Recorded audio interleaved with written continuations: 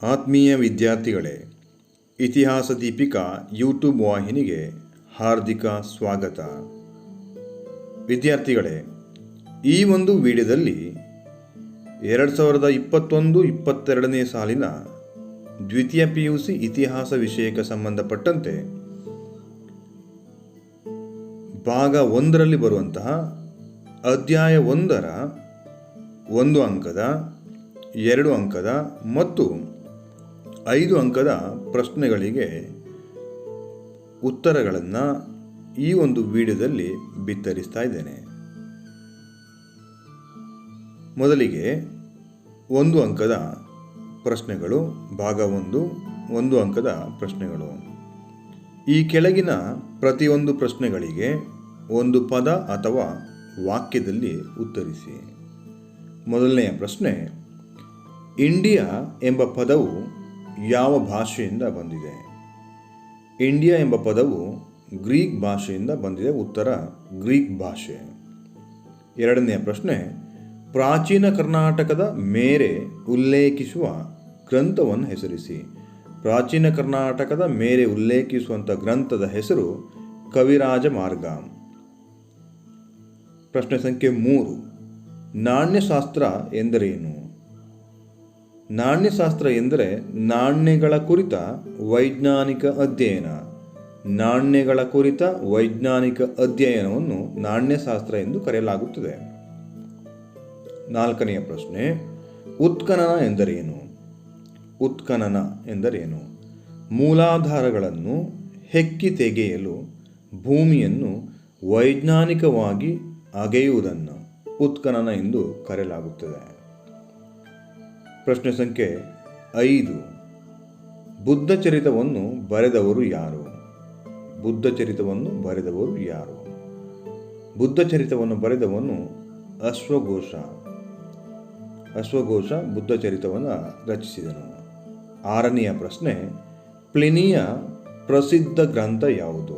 ಪ್ಲಿನಿಯ ಪ್ರಸಿದ್ಧ ಗ್ರಂಥ natural historia. Natural historia ಎಂಬ ಕೃತಿಯನ್ನು ಪ್ಲಿನಿ ಬರೆದಿದ್ದಾನೆ. ಸೊ ಇವು 1 ಅಂಕದ ಪ್ರಶ್ನೆಗಳಿಗೆ ಸಂಬಂಧಪಟ್ಟಂತೆ ಉತ್ತರಗಳು. ಇನ್ನು 2ನೇ ಭಾಗದಲ್ಲಿ 2 ಅಂಕದ ಪ್ರಶ್ನೋತ್ತರಗಳು.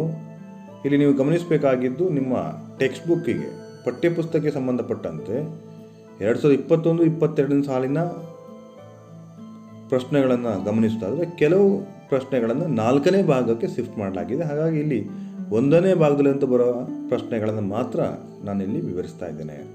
1ನೆಯ ಪ್ರಶ್ನೆ, ಭಾರತವನ್ನು ಪಶ್ಚಿಮದೊಂದಿಗೆ ಸಂಪರ್ಕಿಸುವ ಯಾವುದಾದರೂ 2 ಕಣಿವೆಗಳನ್ನು ಹೆಸರಿಸಿ. ಭಾರತವನ್ನು ಪಶ್ಚಿಮದೊಂದಿಗೆ ಸಂಪರ್ಕಿಸುವ ಯಾವುದಾದರೂ 2 ಕಣಿವೆಗಳೆಂದರೆ ಬೋಲಾನ್ ಮತ್ತು ಖೈಬರ್ ಕಣಿವೆಗಳು. ಉತ್ತರ ಬೋಲಾನ್ ಮತ್ತು ಖೈಬರ್ ಕಣಿವೆಗಳು. 2ನೆಯ ಪ್ರಶ್ನೆ, ವಿಷ್ಣು ಪುರಾಣದ ಪ್ರಕಾರ ಭಾರತದ ವ್ಯಾಪ್ತಿ ಏನು? ವಿಷ್ಣು ಪುರಾಣದ ಪ್ರಕಾರ ಭಾರತದ ವ್ಯಾಪ್ತಿ ಸಮುದ್ರದಿಂದ ಉತ್ತರಕ್ಕೆ ಮತ್ತು ಹಿಮಾಲಯದಿಂದ ದಕ್ಷಿಣಕ್ಕೆ ಇರುವ ದೇಶವೇ ಭಾರತ. ಸಮುದ್ರದಿಂದ ಉತ್ತರಕ್ಕೆ ಮತ್ತು ಹಿಮಾಲಯದಿಂದ ದಕ್ಷಿಣಕ್ಕೆ ಇರುವ ದೇಶವೇ ಭಾರತ ಎಂದು ವಿಷ್ಣು ಪುರಾಣದಲ್ಲಿ ವಿವರಿಸಲಾಗಿದೆ. 3ನೆಯ ಪ್ರಶ್ನೆ, ಭಾರತದ ಯಾವುದಾದರೂ 2 ಹೆಸರುಗಳನ್ನು ತಿಳಿಸಿ. ಭಾರತ, ಇಂಡಿಯಾ, ಭರತವರ್ಷ, ಭರತಖಂಡ, ಜಂಬೂದ್ವೀಪ, ಹಿಂದೂಸ್ತಾನ. ಯಾವುದಾದರೂ 2 ಬರೆದರೆ ಸಾಕು. ಭಾರತ, ಇಂಡಿಯಾ, ಭರತವರ್ಷ, ಭರತಖಂಡ, ಜಂಬೂದ್ವೀಪ, ಹಿಂದೂಸ್ತಾನ ಮುಂತಾದವು.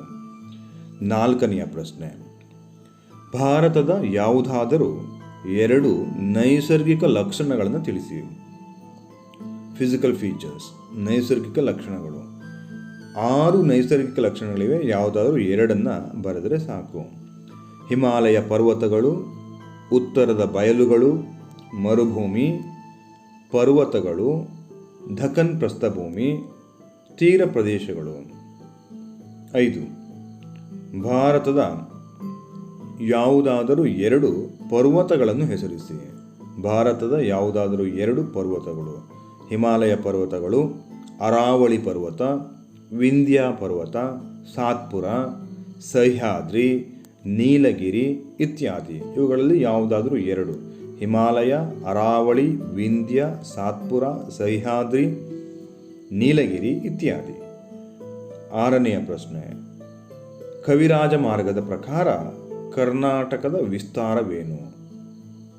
ಕವಿರಾಜ ಮಾರ್ಗದ ಪ್ರಕಾರ ಕರ್ನಾಟಕದ ವಿಸ್ತಾರ ದಕ್ಷಿಣದಲ್ಲಿ ಕಾವೇರಿಯಿಂದ ಉತ್ತರದಲ್ಲಿ ಗೋದಾವರಿ ನದಿಯವರೆಗಿನ ಪ್ರದೇಶವೇ ಕರ್ನಾಟಕ. ದಕ್ಷಿಣದಲ್ಲಿ ಕಾವೇರಿಯಿಂದ ಉತ್ತರದಲ್ಲಿ ಗೋದಾವರಿ ನದಿಯವರೆಗಿನ ಪ್ರದೇಶವೇ ಕರ್ನಾಟಕ. ಇನ್ನು 7ನೆಯ ಪ್ರಶ್ನೆ. ಕರ್ನಾಟಕವನ್ನು ಆಳಿದ ಯಾವುದಾದರೂ ಎರಡು ಪ್ರಮುಖ ರಾಜ ಮನೆತನಗಳನ್ನು ಹೆಸರಿಸಿ. ಕರ್ನಾಟಕವನ್ನು ಆಳಿದಂತೆ ಯಾವುದಾದ್ರು ಎರಡು ರಾಜಮನೆತನಗಳು. ಕದಂಬರು, ಗಂಗರು, ಚಾಲುಕ್ಯರು, ಹೊಯ್ಸಳರು, ರಾಷ್ಟ್ರಕೂಟರು, ಮೈಸೂರಿನ ಒಡೆಯರುಗಳು, ವಿಜಯನಗರ ಸಾಮ್ರಾಜ್ಯ ಇತ್ಯಾದಿ. ಇದರಲ್ಲಿ ಯಾವುದಾದ್ರೂ ಎರಡನ್ನು ಬರೆದರೆ ಸಾಕು. 8ನೆಯ ಪ್ರಶ್ನೆ. ಕರ್ನಾಟಕದ ಯಾವುದಾದರೂ ಎರಡು ಭೌಗೋಳಿಕ ಲಕ್ಷಣಗಳನ್ನು ಬರೆಯಿರಿ. ಕರ್ನಾಟಕದ ಯಾವುದಾದ್ರೂ ಎರಡು ಭೌಗೋಳಿಕ ಲಕ್ಷಣ. ಇದರಲ್ಲಿ ಯಾವುದಾದ್ರೂ ಎರಡನ್ನು ಬರೆದ್ರೆ ಸಾಕು. ಕರಾವಳಿ ತೀರ, ಮಲೆನಾಡು, ಉತ್ತರ ಮತ್ತು ದಕ್ಷಿಣ ಬಯಲುಗಳು, ಪಶ್ಚಿಮ ಘಟ್ಟಗಳು. ಕರಾವಳಿ, ಮಲೆನಾಡು, ಉತ್ತರ ಮತ್ತು ದಕ್ಷಿಣ ಬಯಲುಗಳು, ಪಶ್ಚಿಮ ಘಟ್ಟಗಳು ಇತ್ಯಾದಿ. 9. ಆಧಾರಗಳಿಲ್ಲದೆ ಇತಿಹಾಸವಿಲ್ಲ ಏಕೆ? ಅಥವಾ ಆಧಾರವಿಲ್ಲದೆ ಇತಿಹಾಸವಿಲ್ಲ ಏಕೆ? ಮೂಲಾಧಾರಗಳು ಇಲ್ಲದಿದ್ದರೆ ಇತಿಹಾಸ ಕೇವಲ ಊಹೆ ಅಥವಾ ಕಾಲ್ಪನಿಕ ಕಥೆಗಳಾಗುತ್ತವೆ. ಆದ್ದರಿಂದ ಇತಿಹಾಸದ ಪುನರ್ವಿವರಣೆಗೆ ಆಧಾರಗಳು ಅತಿ ಅವಶ್ಯಕ. ಮೂಲಾಧಾರಗಳು ಇಲ್ಲದಿದ್ದರೆ ಇತಿಹಾಸ ಕೇವಲ ಊಹೆ ಅಥವಾ ಕಾಲ್ಪನಿಕ ಕಥೆಗಳಾಗ್ತವೆ. ಅದರಿಂದಾಗಿ ಆಧಾರಗಳು ಅತಿ ಅವಶ್ಯಕ. 10ನೆಯ ಪ್ರಶ್ನೆ. ಇತಿಹಾಸ ಮತ್ತು ಇತಿಹಾಸ ಪೂರ್ವಕಾಲಗಳ ನಡುವಿನ ವ್ಯತ್ಯಾಸವೇನು? ಇತಿಹಾಸ ಮತ್ತು ಇತಿಹಾಸ ಪೂರ್ವಕಾಲಗಳ ನಡುವಿನ ವ್ಯತ್ಯಾಸ. ಮೊದಲನೇದು ಇತಿಹಾಸ ಪೂರ್ವಕಾಲ. ಇತಿಹಾಸ ಪೂರ್ವಕಾಲ ಎಂದರೆ ಲಿಖಿತ ಮೂಲಾಧಾರಗಳು ಲಭ್ಯವಿಲ್ಲದ ಕಾರಣ ಅಥವಾ ಲಿಖಿತ ಆಧಾರಗಳು ದೊರೆಯದೇ ಇರುವ ಕಾಲವನ್ನು ಇತಿಹಾಸ ಪೂರ್ವಕಾಲ ಅಂತ ಹೇಳಿ ಕರೆದರೆ, ಲಿಖಿತ ಮೂಲಾಧಾರಗಳು ಲಭ್ಯವಿರುವ ಕಾಲ, ಲಿಖಿತ ಆಧಾರಗಳು ದೊರೆಯುವ ಕಾಲವನ್ನು ಐತಿಹಾಸಿಕ ಕಾಲ ಅಂತೇಳಿ ಕರೆಯಲಾಗ್ತದೆ. ಇತಿಹಾಸ ಪೂರ್ವಕಾಲ ಮತ್ತು ಐತಿಹಾಸಿಕ ಕಾಲ, ಲಿಖಿತ ಆಧಾರಗಳು ಇರುವಂಥದ್ದು, ಇಲ್ಲದೇ ಇರುವಂಥದ್ದು. 11ನೆಯ ಪ್ರಶ್ನೆ. ಇತಿಹಾಸ ರಚನೆಯಲ್ಲಿ ನಾಣ್ಯಗಳಿಂದಾಗುವ ಯಾವುದಾದರೂ ಎರಡು ಉಪಯೋಗಗಳನ್ನು ತಿಳಿಸಿ. ನಾಣ್ಯಗಳ ಅಧ್ಯಯನದಿಂದ ಕಾಲ, ರಾಜವಂಶ, ಧರ್ಮ, ಲಿಪಿ, ಆರ್ಥಿಕ ಸ್ಥಿತಿ, ಲೋಹವಿದ್ಯೆ, ಬಿರುದುಗಳು ಮೊದಲಾದವುಗಳನ್ನು ತಿಳಿದುಕೊಳ್ಬೋದು. ರಾಜವಂಶ, ಕಾಲ, ಧರ್ಮ, ಲಿಪಿ, ಆರ್ಥಿಕ ಸ್ಥಿತಿ, ಲೋಹವಿದ್ಯೆ, ಬಿರುದುಗಳು ಮೊದಲಾದವುಗಳನ್ನು ನಾಣ್ಯಗಳ ಅಧ್ಯಯನದಿಂದ ತಿಳಿದುಕೊಳ್ಬೋದು. 12ನೆಯ ಪ್ರಶ್ನೆ. ಇತಿಹಾಸ ರಚನೆಯಲ್ಲಿ ಶಿಲಾಶಾಸನಗಳು ಅತ್ಯಂತ ನಂಬಲರ್ಹ ಆಧಾರಗಳಾಗಿವೆ ಯಾಕೆ? ಶಿಲಾಶಾಸನಗಳು ಸಮಕಾಲೀನ ಮತ್ತು ಘಟನೆಗಳಿಗೆ ನೇರ ಸಂಬಂಧ ಹೊಂದಿದ ಆಧಾರಗಳು. ಸಮಕಾಲೀನ ಮತ್ತು ಘಟನೆಗಳಿಗೆ ನೇರ ಸಂಬಂಧ ಹೊಂದಿದ ಆಧಾರಗಳು. ಹಾಗಾಗಿ ಶಿಲಾಶಾಸನಗಳು ಅತ್ಯಂತ ನಂಬಲರ್ಹ ಆಧಾರಗಳು. 13ನೇ ಪ್ರಶ್ನೆ. ಪ್ರಾಕ್ತನ ಅಥವಾ ಪುರಾತತ್ವ ಆಧಾರಗಳು ಎಂದರೇನು? ಪ್ರಾಕ್ತನ ಅಥವಾ ಪುರಾತತ್ವ ಆಧಾರಗಳು ನಾಣ್ಯಗಳು, ಮುದ್ರೆಗಳು, ಶಾಸನಗಳು, ಸ್ಮಾರಕಗಳು, ಚಿತ್ರಕಲೆ, ಅವಶೇಷಗಳು ಮೊದಲಾದ ಸಾಹಿತ್ಯೇತರ ಆಧಾರಗಳನ್ನು ಪ್ರಾಕ್ತನ ಆಧಾರಗಳೆನ್ನುವರು. ಅಂದರೆ ಲಿಖಿತ ಆಧಾರಗಳನ್ನು ಹೊರತುಪಡಿಸಿ ನಾಣ್ಯಗಳು, ಮುದ್ರೆಗಳ ಅಧ್ಯಯನ, ಶಾಸನಗಳು, ಸ್ಮಾರಕಗಳ ಅಧ್ಯಯನ, ಚಿತ್ರಕಲೆ, ಅವಶೇಷಗಳ ಅಧ್ಯಯನ ಮೊದಲಾದವುಗಳನ್ನು ಪ್ರಾಕ್ತನ ಅಥವಾ ಪುರಾತತ್ವ ಆಧಾರಗಳೆಂದು ಕರೆಯಲಾಗ್ತದೆ. ಪ್ರಶ್ನೆ ಸಂಖ್ಯೆ 14. ಸಾಹಿತ್ಯ ಆಧಾರದ ಎರಡು ಪ್ರಮುಖ ಪ್ರಕಾರಗಳನ್ನು ತಿಳಿಸಿ. ಸಾಹಿತ್ಯ ಆಧಾರದ ಎರಡು ಪ್ರಮುಖ ಪ್ರಕಾರಗಳು. ಮೊದಲನೆಯದು ದೇಶೀಯ ಸಾಹಿತ್ಯ, ಇಂಡಿಜಿನಿಯಸ್ ದೇಶೀಯ ಸಾಹಿತ್ಯ, ಮತ್ತು ಎರಡನೇದು ವಿದೇಶಿ ಬರವಣಿಗೆಗಳು, ಫಾರಿನ್ ಅಕೌಂಟ್ಸ್, ವಿದೇಶಿ ಬರವಣಿಗೆಗಳು. ವಿದ್ಯಾರ್ಥಿಗಳ ಇದು 2 ಅಂಕದ ಪ್ರಶ್ನೆಗಳಿಗೆ ಸಂಬಂಧಪಟ್ಟಂತೆ ಉತ್ತರಗಳು. ಇನ್ನು 3ನೇ ಭಾಗದಲ್ಲಿ 5 ಅಂಕದ ಪ್ರಶ್ನೋತ್ತರಗಳು. ಈ ಕೆಳಗಿನ ಪ್ರತಿಯೊಂದು ಪ್ರಶ್ನೆಗಳಿಗೆ 15ರಿಂದ 20 ವಾಕ್ಯಗಳಲ್ಲಿ ಉತ್ತರಿಸಿ. 15ರಿಂದ 20 ವಾಕ್ಯಗಳಲ್ಲಿ, ಅಂದರೆ 5 ಅಂಕದ ಪ್ರಶ್ನೆಗಳು. ಪ್ರಮುಖವಾಗಿ ಈ ಒಂದು ವಿಡಿಯೋದಲ್ಲಿ 3 ಪ್ರಶ್ನೆಗಳಿಗೆ ಉತ್ತರಗಳನ್ನು ಬಿತ್ತರಿಸ್ತಾ ಇದ್ದಾರೆ. ಪ್ರಶ್ನೆ ಸಂಖ್ಯೆ 1, ಭಾರತದ ಇತಿಹಾಸದ ಮೇಲೆ ಭೂಗೋಳದ ಪ್ರಭಾವವನ್ನು ತಿಳಿಸಿ. ಪೀಠಿಕೆ: ಯಾವುದೇ ದೇಶದ ಇತಿಹಾಸವು ಅದರ ಭೌಗೋಳಿಕ ಅಂಶಗಳ ಪ್ರಭಾವದಿಂದ ಹೊರತಾಗಿಲ್ಲ, ಏಕೆಂದರೆ ಮಾನವನ ಜೀವನ ಮತ್ತು ಆತನ ಚಟುವಟಿಕೆಗಳು ಭೌಗೋಳಿಕ ಅಂಶಗಳ ಪ್ರಭಾವಕ್ಕೆ ಒಳಗಾಗಿರುತ್ತವೆ. ಭಾರತವು ದಕ್ಷಿಣ ಏಷ್ಯಾದ ಪ್ರಮುಖ ರಾಷ್ಟ್ರವಾಗಿದ್ದು, ವಿಶಾಲವಾದ ಭೂಪ್ರದೇಶ ಮತ್ತು ವೈವಿಧ್ಯಮಯವಾದ ಭೌಗೋಳಿಕ ಲಕ್ಷಣಗಳನ್ನು ಹೊಂದಿದೆ. ಇದು ವೈವಿಧ್ಯಮಯವಾದ ಸಸ್ಯವರ್ಗ, ಪ್ರಾಣಿವರ್ಗಗಳಲ್ಲದೆ ಕಲೆ, ವಾಸ್ತುಶಿಲ್ಪ ಮತ್ತು ಸಂಸ್ಕೃತಿಯ ಬೆಳವಣಿಗೆಗೆ ಕಾರಣವಾಯಿತು. ಭಾರತದ ಪ್ರಮುಖ ಭೌಗೋಳಿಕ ಲಕ್ಷಣಗಳೆಂದರೆ ಹಿಮಾಲಯ ಪರ್ವತಗಳು, ಉತ್ತರದ ಬಯಲುಗಳು, ಪರ್ವತಗಳು, ಮರುಭೂಮಿ, ದಖನ್ ಪ್ರಸ್ಥಭೂಮಿ, ತೀರ ಪ್ರದೇಶಗಳು. ಒಟ್ಟು 6 ಭೌಗೋಳಿಕ ಲಕ್ಷಣಗಳಿವೆ. ಹಿಮಾಲಯ ಪರ್ವತಗಳು, ಉತ್ತರದ ಬಯಲುಗಳು, ಪರ್ವತಗಳು, ಮರುಭೂಮಿ, ದಖನ್ ಪ್ರಸ್ಥಭೂಮಿ ಮತ್ತು ತೀರ ಪ್ರದೇಶಗಳು.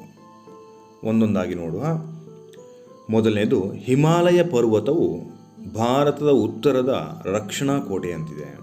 ಇದು ಭಾರತವನ್ನು ಏಷ್ಯಾದಿಂದ ಪ್ರತ್ಯೇಕಿಸುವುದರೊಂದಿಗೆ ಉತ್ತರದ ಆಕ್ರಮಣವನ್ನು ಮತ್ತು ಶೀತ ಮಾರುತವನ್ನು ತಡೆದಿದೆ.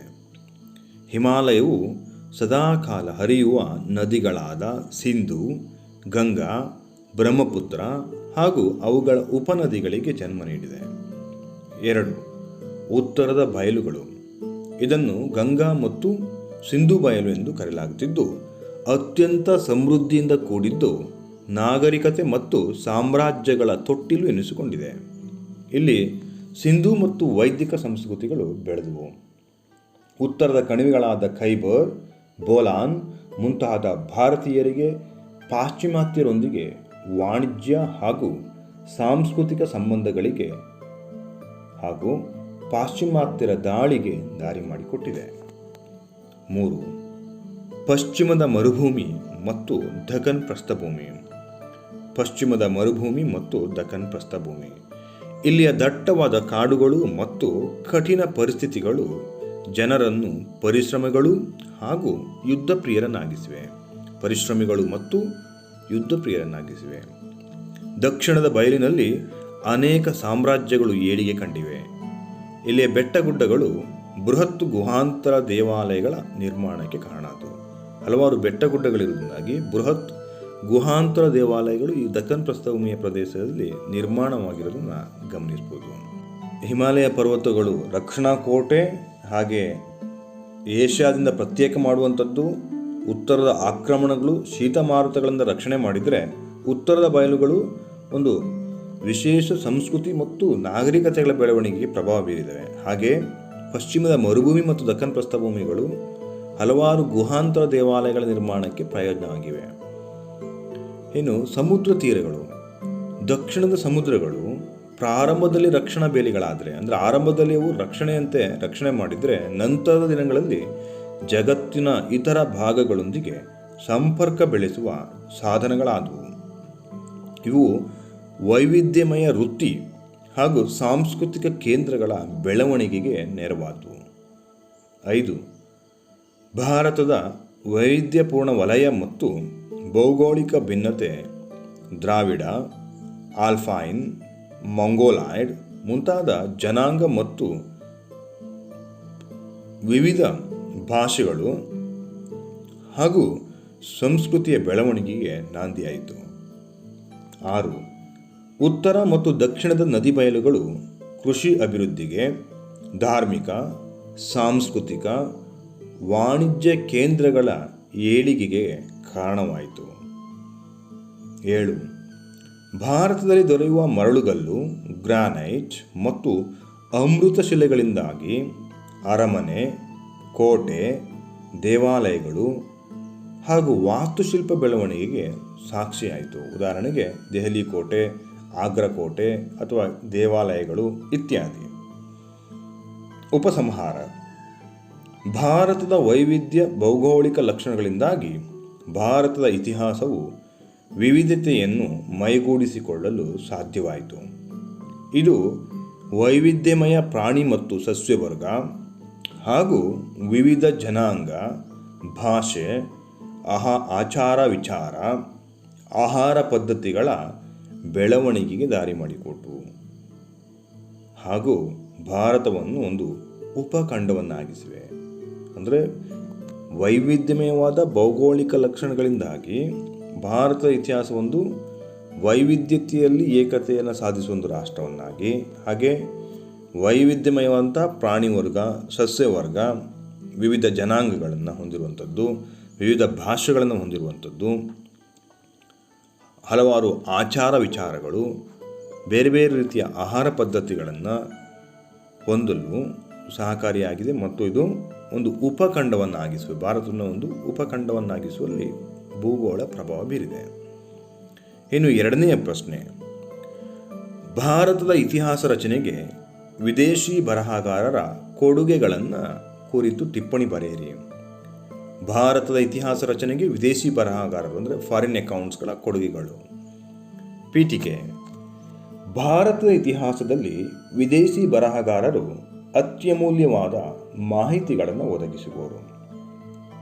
ಭಾರತದ ಫಲವತ್ತಾದ ಭೂಮಿ, ಸಂಪತ್ತು, ಬೌದ್ಧಿಕ ಮತ್ತು ತತ್ವಜ್ಞಾನದ ಸಾಧನೆಗಳು ವಿದೇಶಿ ಆಕ್ರಮಣಕಾರರನ್ನು, ವಿದ್ಯಾರ್ಥಿಗಳನ್ನು, ಯಾತ್ರಿಕರನ್ನು, ತತ್ವಜ್ಞಾನಿಗಳನ್ನು ಆಕರ್ಷಿಸಿದರು. ಇಂತಹ ವಿದೇಶಿಗರು ಭಾರತದ ಇತಿಹಾಸ ರಚನೆಗೆ ಅನುಕೂಲವಾಗುವ ಅಮೂಲ್ಯ ದಾಖಲೆಗಳನ್ನು ಬಿಟ್ಟು ಹೋಗಿದ್ದಾರೆ. ವಿದೇಶಿಗರ ದಾಖಲೆಗಳು ಪ್ರಾಥಮಿಕ ದಾಖಲೆಗಳಾಗಿವೆ. ಇವು ಮಹತ್ವದ ಘಟನೆಗಳ ನಡುವೆ ಇರುವ ಕಂದಕವನ್ನು ತುಂಬಲು ಮತ್ತು ಭಾರತೀಯ ಮೂಲಾಧಾರಗಳಿಗೆ ಪೂರಕ ಮಾಹಿತಿ ಒದಗಿಸಲು ನೆರವಾಗುತ್ತವೆ. ಆದರೆ ಕೆಲವೊಂದು ದೋಷಗಳನ್ನು ಹೊಂದಿದ್ದು ಈ ವಿದೇಶಿ ಸಾಹಿತ್ಯವನ್ನು ಈ ಕೆಳಗಿನಂತೆ ವಿಂಗಡಿಸಬಹುದು. ವಿದೇಶಿ ಸಾಹಿತ್ಯವನ್ನು ಈ ಕೆಳಗಿನಂತೆ ವಿಂಗಡಿಸಬಹುದು. ಮೊದಲನೆಯದ್ದು, ಒಂದು ಪ್ರಮುಖವಾಗಿ ಇಲ್ಲಿ ನಾನು 4 ಭಾಗಗಳನ್ನು ಮಾಡ್ಕೊಳ್ತಾ ಇದ್ದೀನಿ. ಗ್ರೀಕ್ ಮತ್ತು ರೋಮನ್ ಬರವಣಿಗೆಗಳು, ಚೀನಿ ಬರವಣಿಗೆಗಳು, ಮುಸ್ಲಿಂ ಬರಹಗಾರರ ಬರವಣಿಗೆಗಳು ಮತ್ತು ವಿಜಯನಗರ ಸಾಮ್ರಾಜ್ಯಕ್ಕೆ ಭೇಟಿ ಕೊಟ್ಟಂತಹ ವಿದೇಶಿಗರು. ಮೊದಲನೇದು ಗ್ರೀಕ್ ಮತ್ತು ರೋಮನ್ ಬರವಣಿಗೆಗಳು. ಒನ್ ಬೈ ಒನ್ ನೋಡೋದಾದರೆ, ಗ್ರೀಕ್ ರಾಯಭಾರಿ ಮೆಗಸ್ತನೀಸ್ ತನ್ನ ಇಂಡಿಕಾ ಗ್ರಂಥದಲ್ಲಿ ಮೌರ್ಯರ ಕಾಲದ ಭಾರತದ ಬಗ್ಗೆ ಮಾಹಿತಿ ನೀಡುವನು. ಗ್ರೀಕ್ ಇತಿಹಾಸಕಾರ ಟಾಲೆಮಿಯು ತನ್ನ ಜಿಯೋಗ್ರಫಿ ಗ್ರಂಥದಲ್ಲಿ ಭಾರತದ ವಾಣಿಜ್ಯ ಸಂಬಂಧಗಳನ್ನು ವಿವರಿಸಿರುವನು. ಗ್ರೀಕ್ನ ಅನಾಮಿಕನೊಬ್ಬ ರಚಿಸಿರುವ ದಿ ಪೆರಿಪ್ಲಸ್ ಆಫ್ ಎರಿಥ್ರೇಯನ್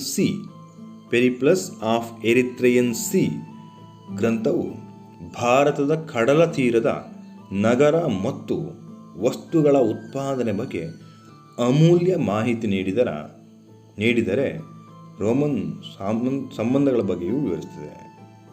ಅಮೂಲ್ಯ ಮಾಹಿತಿಗಳನ್ನು ನೀಡುವುದಲ್ಲದೆ ರೋಮನ್ ಸಂಬಂಧಗಳ ಬಗ್ಗೆ ವಿವರಣೆ ನೀಡುತ್ತದೆ. ಪ್ಲಿನಿ ಒಬ್ಬ ರೋಮನ್ ಇತಿಹಾಸಕಾರನಾಗಿದ್ದು ನ್ಯಾಚುರಲ್ ಹಿಸ್ಟೋರಿ ಎಂಬ ಕೃತಿಯನ್ನು ರಚಿಸಿದ್ದಾನೆ. ಪ್ಲಿನಿ ಒಬ್ಬ ರೋಮನ್ ಇತಿಹಾಸಕಾರ, ಈತ ನ್ಯಾಚುರಲ್ ಹಿಸ್ಟೋರಿ ಎಂಬ ಕೃತಿಯನ್ನು ರಚಿಸಿದ್ದಾನೆ. ಹಾಗಾಗಿ ಮೆಗಸ್ತನಿಸನ ಇಂಡಿಕಾ, ಟಾಲೆಮಿಯ ಜಾಗ್ರಫಿ, ಅನಾಮಿಕನವರನ್ನ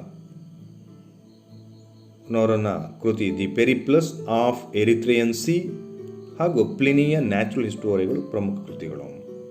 ಎರಡನೆಯದ್ದು ಚೀನಿ ಯಾತ್ರಿಕರು.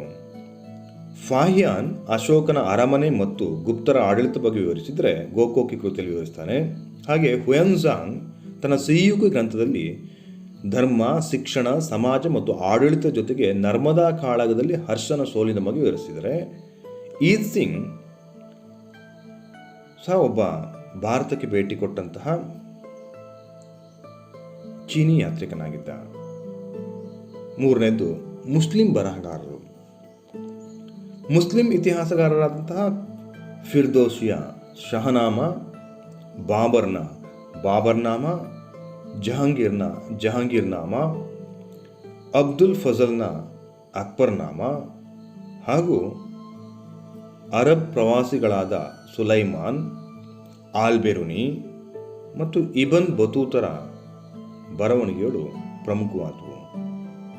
ಭಾರತದಲ್ಲಿ ಮುಸ್ಲಿಂ ಆಡಳಿತ ಬಗ್ಗೆ ಅಮೂಲ್ಯವಾದ ಮಾಹಿತಿಗಳನ್ನು ಈ ಕೃತಿಗಳಲ್ಲಿ ನೀಡಲಾಗಿದೆ. ಇನ್ನು ನಾಲ್ಕನೆಯದ್ದು ವಿಜಯನಗರದ ಅವಧಿಯ ವಿದೇಶಿಗರು.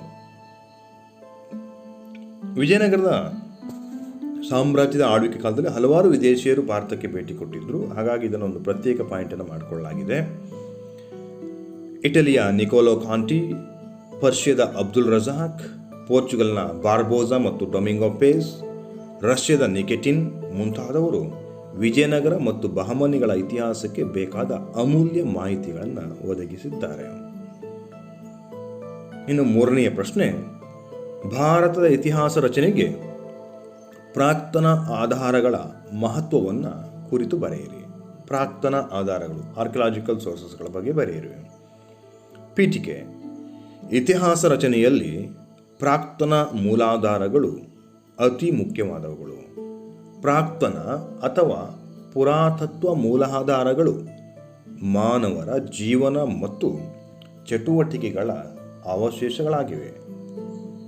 ಇತಿಹಾಸ ಪೂರ್ವಕಾಲಕ್ಕೆ ಇವು ಏಕಮಾತ್ರ ಮೂಲಾಧಾರಗಳು. ಅಲ್ಲದೆ ಇವು ಲಿಖಿತ ದಾಖಲೆಗಳನ್ನು ಅನೇಕ ಸಂದರ್ಭದಲ್ಲಿ ಪ್ರಮಾಣೀಕರಿಸುತ್ತವೆ. ಪ್ರಮುಖ ಪ್ರಾಕ್ತನ ಆಧಾರಗಳೆಂದರೆ ನಾಣ್ಯಗಳು, ಮಡಕೆಗಳು, ಆಭರಣಗಳು, ಶಾಸನಗಳು, ಗೃಹೋಪಯೋಗಿ ವಸ್ತುಗಳು ಮುಂತಾದವು. ಒಟ್ಟು 5 ಭಾಗಗಳಾಗಿ ನಿಮ್ಮ ಪಠ್ಯಪುಸ್ತಕದಲ್ಲಿ ವಿವರಿಸಲಾಗಿದೆ. ಅದರಲ್ಲಿ ಮೊದಲನೆಯದು ಉತ್ಖನನಗಳು. ಭೂಮಿಯನ್ನು ವೈಜ್ಞಾನಿಕವಾಗಿ ಅಗೆತ ಮಾಡಿ ಮೂಲಾಧಾರಗಳನ್ನು ಹೊರತೆಗೆಯುವುದಕ್ಕೆ ಉತ್ಖನನ ಎನ್ನುವರು. ಭೂಮಿಯನ್ನು ವೈಜ್ಞಾನಿಕವಾಗಿ ಅಗೆತ ಮಾಡಿ ಮೂಲಾಧಾರಗಳನ್ನು ಹೊರತೆಗೆಯುವುದಕ್ಕೆ ಉತ್ಖನನ ಎಂದು ಕರೆಯಲಾಗುತ್ತದೆ. ಸಿಂಧೂ ನಾಗರಿಕತೆಯ ಅಧ್ಯಯನಕ್ಕೆ ಇವು ಏಕಮಾತ್ರ ಮೂಲಾಧಾರಗಳಾಗಿವೆ. ಚಂದ್ರಗಿರಿ, ತಿರುನೆಲ್ವೇಲಿ, ಮದುರೈಗಳಲ್ಲಿನ ಉತ್ಖನನ, ಶಿಲಾಯುಗದ ಬಗ್ಗೆ ಹಾಗೂ ಅಂಕುರವಾಚ್, ಬೋರೋಬುದರ್, ಗಯಾ, ಪಾಟ್ನಾಗಳ ಉತ್ಖನನವು ಭಾರತದ ಸಾಮಾಜಿಕ ಮತ್ತು ಧಾರ್ಮಿಕ ವಿಚಾರಗಳ ಬಗ್ಗೆ ತಿಳಿಸುತ್ತವೆ. ಎರಡನೆಯದ್ದು ಸ್ಮಾರಕಗಳು, ಮಾನ್ಯುಮೆಂಟ್ಸ್. ಸ್ಮಾರಕಗಳು ಐತಿಹಾಸಿಕ ನಿವೇಶನಗಳಾಗಿದ್ದು ಅವು ಕೋಟೆ, ಅರಮನೆ, ಗುಹಾಂತರ ದೇವಾಲಯಗಳು, ಗುಡಿ, ಬಸದಿ, ಸ್ತೂಪ ಮುಂತಾದವುಗಳನ್ನು ಒಳಗೊಂಡಿವೆ. ಅಜಂತ, ಎಲ್ಲೋರ, ಐಹೊಳೆ, ಹಂಪಿ, ಬೇಲೂರು, ಖಜುರಾಹೋ ಮುಂತಾದವು ಐತಿಹಾಸಿಕ ಸ್ಥಳಗಳಾಗಿವೆ. ಭಾರತೀಯ ಕಲೆ, ಸಂಸ್ಕೃತಿ, ವಾಸ್ತುಶಿಲ್ಪ ಮತ್ತು ಸಾಮಾಜಿಕ ಜೀವನದ ಬಗ್ಗೆ ಇವು ಮಾಹಿತಿಗಳನ್ನು ನೀಡುತ್ತವೆ. ಇನ್ನು ಮೂರನೆಯದ್ದು ನಾಣ್ಯಗಳು. ನಾಣ್ಯಗಳ ಅಧ್ಯಯನವನ್ನು ನಾಣ್ಯಶಾಸ್ತ್ರ ಎನ್ನುವರು. ನಾಣ್ಯಗಳಿಂದ ರಾಜವಂಶ, ಅದರ ಕಾಲ, ಆರ್ಥಿಕ ಸ್ಥಿತಿ, ಧರ್ಮ, ಲಿಪಿ ಮತ್ತು ಭಾಷೆಯ ಬಗ್ಗೆ ತಿಳಿಯಲು ಸಾಧ್ಯವಾಗುತ್ತದೆ. ವ್ಯಾಪಾರ, ವಾಣಿಜ್ಯ ಸಂಬಂಧಗಳ ಬಗ್ಗೆ, ಸಾಮ್ರಾಜ್ಯದ ಮೇರೆಗಳು, ರಾಜರ ಬಿರುದುಗಳ ಬಗ್ಗೆ ನಾಣ್ಯಗಳು ಮಾಹಿತಿಯನ್ನು ನೀಡುತ್ತವೆ. ಗುಪ್ತರ, ಸಾತವಾಹನರ, ವಿಜಯನಗರ ಅವಧಿಯ ನಾಣ್ಯಗಳು ಪ್ರಮುಖವಾದವು. ಭಾರತ ಇತಿಹಾಸದಲ್ಲಿ ಗುಪ್ತರ, ಶಾತವಾಹನರ, ವಿಜಯನಗರ ಅವಧಿಯ ನಾಣ್ಯಗಳು ಪ್ರಮುಖವಾದವು. 4. ವರ್ಣಚಿತ್ರಗಳು. ವರ್ಣಚಿತ್ರಗಳು ಆ ಕಾಲಾವಧಿಯ ಸಾಮಾಜಿಕ, ಸಾಂಸ್ಕೃತಿಕ ಮತ್ತು ಧಾರ್ಮಿಕ ಸ್ಥಿತಿಯನ್ನು ತಿಳಿಸುತ್ತವೆ. ಉದಾಹರಣೆಗೆ ಅಜಂತಾ ಗುಹೆಯಲ್ಲಿನ 2ನೇ ಪುಲಿಕೇಶಿಯ ಆಸ್ಥಾನಕ್ಕೆ ಪರ್ಷಿಯಾದ ಖುಸ್ರೋವಿನ ರಾಯಭಾರಿಯು ಭಾಗವಹಿಸಿ ಆತನನ್ನು ಸ್ವಾಗತಿಸುವ ದೃಶ್ಯವಿದ್ದು ಅವರಿಬ್ಬರ ಸಂಬಂಧಗಳನ್ನು ವರ್ಣಚಿತ್ರದ ಮೂಲಕ ವಿವರಿಸಲಾಗಿದೆ. ಇದೊಂದು ಚಿತ್ರ ಇನ್ನು ಅಜಂತ ಗುಹೆಯಲ್ಲಿರುವಂಥದ್ದು. ಇದರ ಮೂಲಕ ಇತಿಹಾಸದ ಬಗ್ಗೆ ತಿಳ್ಕೊಳ್ಳಿಕ್ಕೆ ಸಾಧ್ಯವಾಗ್ತದೆ. 5. ಶಾಸನಗಳು. ಶಾಸನಗಳ ಅಧ್ಯಯನವನ್ನು ಶಾಸನಶಾಸ್ತ್ರ ಎಂದು ಕರೆಯಲಾಗ್ತದೆ. ಶಾಸನಗಳು ಸಮಕಾಲೀನವಾಗಿದ್ದು ಘಟನೆಯೊಂದಿಗೆ ನೇರ ಸಂಬಂಧ ಹೊಂದಿರುವುದರಿಂದ ಅವು ಮೌಲ್ಯಯುತವಾದವುಗಳು ಆಗಿವೆ. ಭಾರತದಲ್ಲಿ ಸುಮಾರು 75,000ಕ್ಕಿಂತ ಹೆಚ್ಚು ಶಾಸನಗಳು ದೊರೆತಿದ್ದು ಅವುಗಳನ್ನು ಶಿಲೆಗಳು, ಬಂಡೆ, ಗೋಡೆ, ಕಬ್ಬಿಣದ ಕಂಬ ಮತ್ತು ತಾಮ್ರಪಟ್ಟಿಗಳ ಮೇಲೆ ಕೆತ್ತಲಾಗಿದೆ. ಅವು ಸಂಸ್ಕೃತ, ಪಾಳಿ, ಪ್ರಾಕೃತ, ತಮಿಳು, ತೆಲುಗು, ಕನ್ನಡ ಮೊದಲಾದ ಭಾಷೆಗಳಲ್ಲಿವೆ. ಅಶೋಕನ ಶಾಸನಗಳು ಅತ್ಯಂತ ಪ್ರಾಚೀನವಾದವು. ಅಲಹಾಬಾದ್ ಶಾಸನ, ಹಾತಿಗುಂಪ ಶಾಸನ, ಹಲ್ಮಿಡಿ ಮತ್ತು ಐಹೊಳೆ ಶಾಸನಗಳು ಉಪಯುಕ್ತ ಮಾಹಿತಿ ನೀಡುವಂಥ ಅಥವಾ ಪ್ರಮುಖವಾದ ಶಾಸನಗಳು. ಅತ್ಯಂತ ಹಳೆಯ ಅಥವಾ ಪ್ರಾಚೀನ ಶಾಸನಗಳು ಅಂತೇಳಿ ಅಶೋಕನ ಶಾಸನಗಳನ್ನು ಕರೆಯಲಾಗ್ತದೆ. ಅವುಗಳಲ್ಲದೆ ಅಲಹಾಬಾದ್ ಶಾಸನ, ಹಾತಿಗುಂಪ ಶಾಸನ, ಹಲ್ಮಿಡಿ ಶಾಸನ, ಐಹೊಳೆ ಶಾಸನಗಳು ಅತ್ಯಂತ ಪ್ರಮುಖ ಶಾಸನಗಳು ಅಂತೇಳಿ ಗುರುತಿಸಲಾಗ್ತದೆ. ಈ ರೀತಿಯಲ್ಲಿ ಭಾರತದ ಇತಿಹಾಸದ ಅಧ್ಯಯನದಲ್ಲಿ ಲಿಖಿತ ಆಧಾರಗಳ ಅನುಪಸ್ಥಿತಿಯಲ್ಲಿ ಪ್ರಾಕ್ತನ ಆಧಾರಗಳು ಬಹುಮುಖ್ಯ ಪಾತ್ರವನ್ನು ವಹಿಸಿವೆ. ಆತ್ಮೀಯ ವಿದ್ಯಾರ್ಥಿಗಳೇ, ಇಲ್ಲಿಗೆ ಮೊದಲನೇ ಭಾಗದಲ್ಲಿ ಬರುವಂಥ 1ನೇ ಅಧ್ಯಾಯದ ಪ್ರಶ್ನೋತ್ತರಗಳನ್ನು ಮುಗಿಸ್ತಾ ಇದ್ದೇನೆ. ಇನ್ನು ಈ ಒಂದು ವಿಡಿಯೋದಲ್ಲಿ ಪ್ರಮುಖವಾಗಿ ಸ್ಲೈಡ್ಗಳಿಗೆ ಸಂಬಂಧಪಟ್ಟಂತೆ ಸಣ್ಣ ಪುಟ್ಟ ಕಾಗುಣಿತಗಳಾಗಿವೆ. ಇವುಗಳನ್ನು ಸರಿಪಡಿಸ್ಕೊಳ್ಳಿ ಅಂತೇಳಿ ಕೇಳಿಕೊಳ್ತಾ, ನಾನು ಅದನ್ನು ಹೇಳುವಂಥ ಸಂದರ್ಭದಲ್ಲಿ ಅದನ್ನು ಸರಿಪಡಿಸ್ಕೊಂಡು ಹೇಳಿದ್ದೇನೆ. ಆದರೆ ಸ್ಲೈಡ್ಗಳಲ್ಲಿ ಸಣ್ಣ ಪುಟ್ಟ ಕಾಗುಣಿತಗಳಿವೆ. ಸಮಯದ ಅಭಾವದಿಂದಾಗಿ ಅತ್ಯಂತ ವೇಗವಾಗಿ ವಿಡಿಯೋಗಳನ್ನು ಅಪ್ಲೋಡ್ ಮಾಡಲಿಕ್ಕೆ ಸಾಧ್ಯವಾಗ್ತಾ ಇಲ್ಲ. ಹಲವು ವಿದ್ಯಾರ್ಥಿಗಳು ಈಗ ಮೆಸೇಜ್ ಬಾಕ್ಸ್ನಲ್ಲಿ ಮೆಸೇಜ್ ಮಾಡ್ತಾ ಇದ್ದಾರೆ. ಆದರೂ ನಿಧಾನಗತಿಯಲ್ಲಿ ಈ ವಿಡಿಯೋಗಳನ್ನು ಅಪ್ಲೋಡ್ ಮಾಡ್ತಾ ಇದ್ದೀನಿ. ಈ ವಿಡಿಯೋಗಳು ಉಪಯುಕ್ತವಾಗಿದ್ದರೆ ನಿಮ್ಮ ಸ್ನೇಹಿತರಲ್ಲಿ ಶೇರ್ ಮಾಡಿ ಅಂತೇಳಿ ಕೇಳಿಕೊಳ್ತಾ ಈ ವಿಡಿಯೋವನ್ನು ಇಲ್ಲಿಗೆ ಮುಗಿಸ್ತಾ ಇದ್ದೇನೆ. ಧನ್ಯವಾದಗಳು.